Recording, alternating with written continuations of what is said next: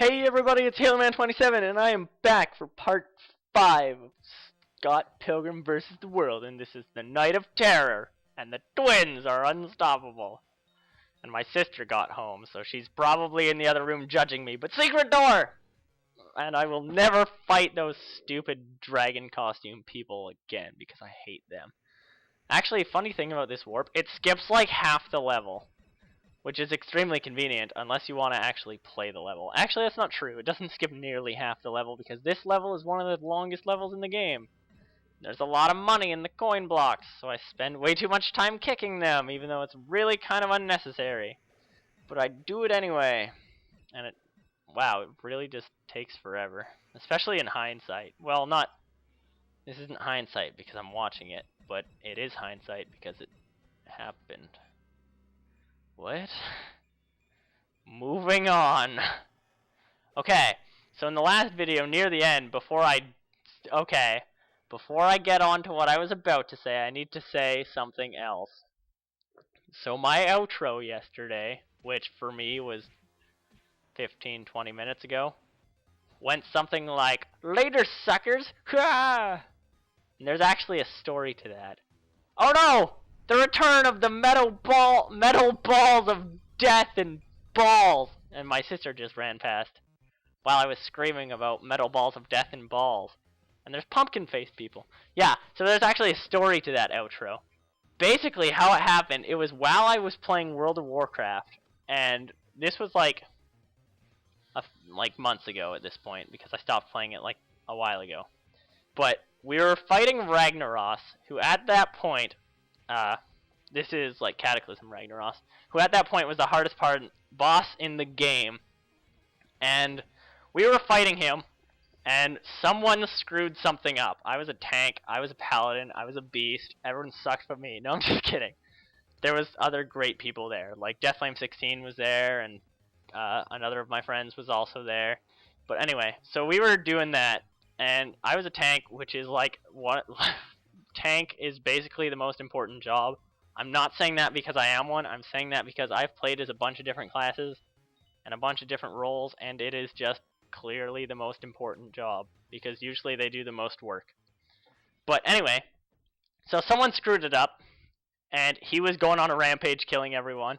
And instead of like doing my job and tanking and basically after that point, everyone was just throwing their lives away by being alive at that point. There was really no point in existing. So what I did, I just ran away, and I did the good old-fashioned paladin bubble hearth.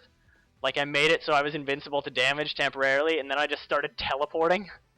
And in vent, I just screamed, "Later, suckers!" And then I returned to Orgrimmar, which is the Horde capital city, because I was playing Horde at the time.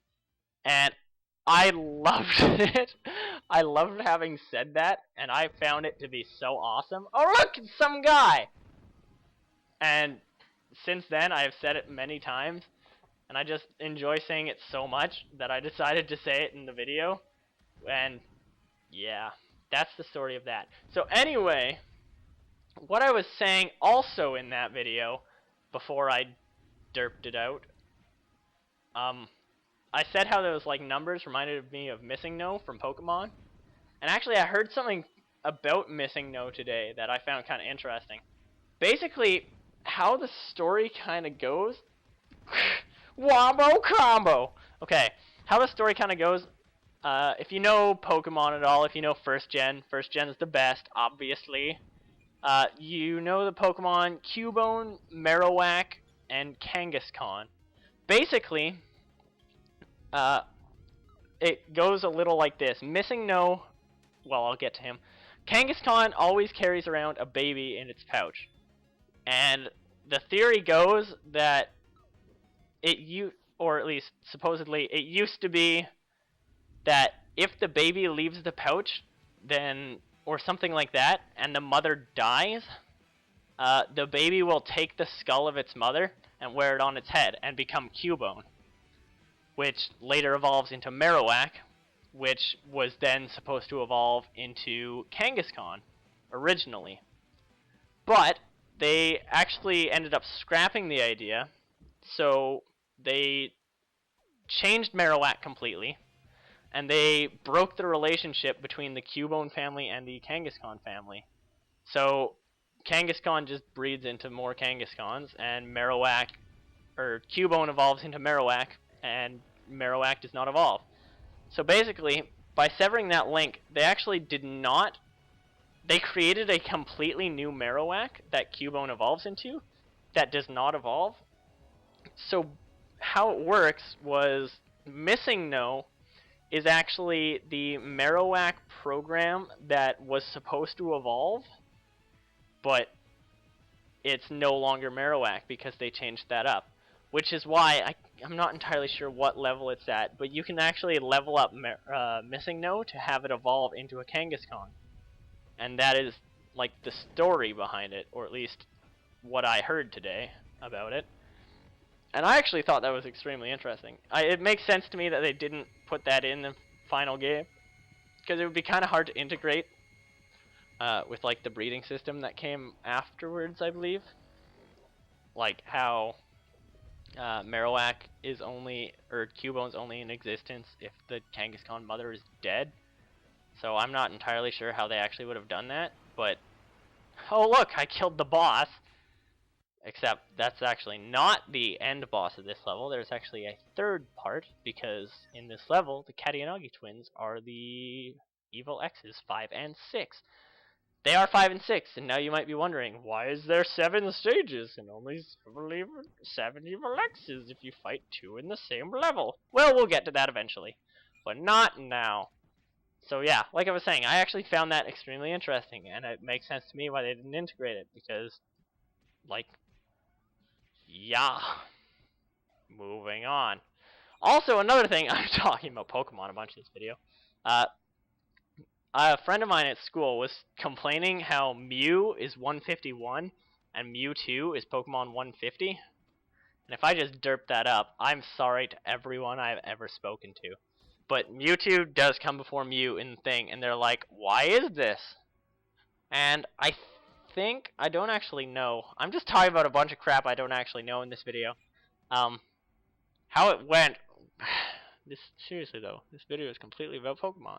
How it went, Mewtwo was added as a capturable Pokemon, and Mew was not originally a capturable Pokemon. He was just a backstory, as far as I know.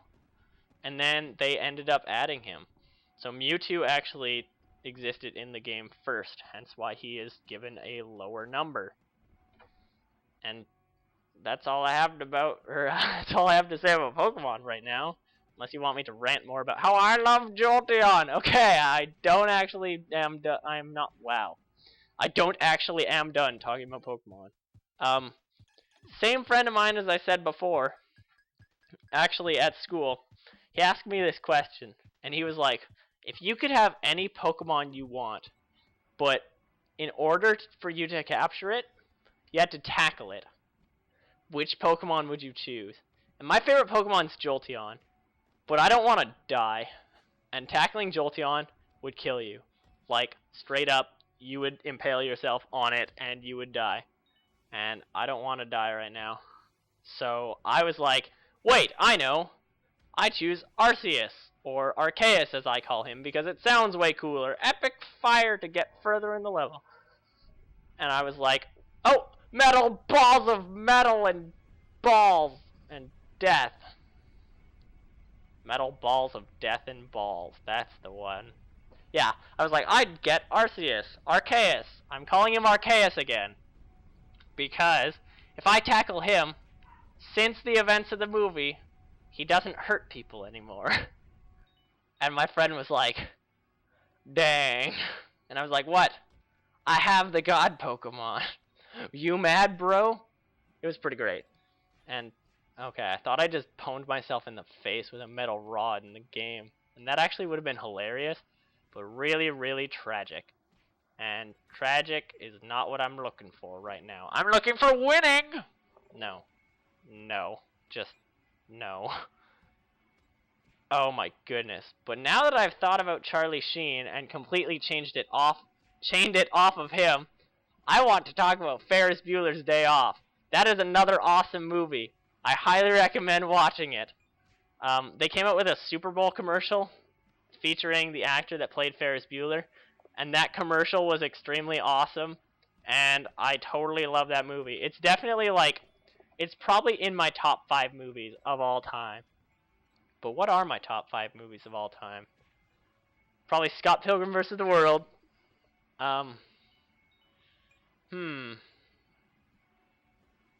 Ferris Bueller's Day Off is really good. Wow, it's like I knew some of these earlier, but now I just don't. Wow, I'll get back to you on this. But anyway, punch the statue, put them together, and then they are one. Well, what? Yeah, that's what I meant to say. Why did I just derp? And they're actually playing the piano organ. It's an organ, not a piano. Double dragon, double dragon, double dragon, double dragon. Powers. Being Japanese. That's an amazing power. Don't know why. Well, I don't even know why being Japanese is a power.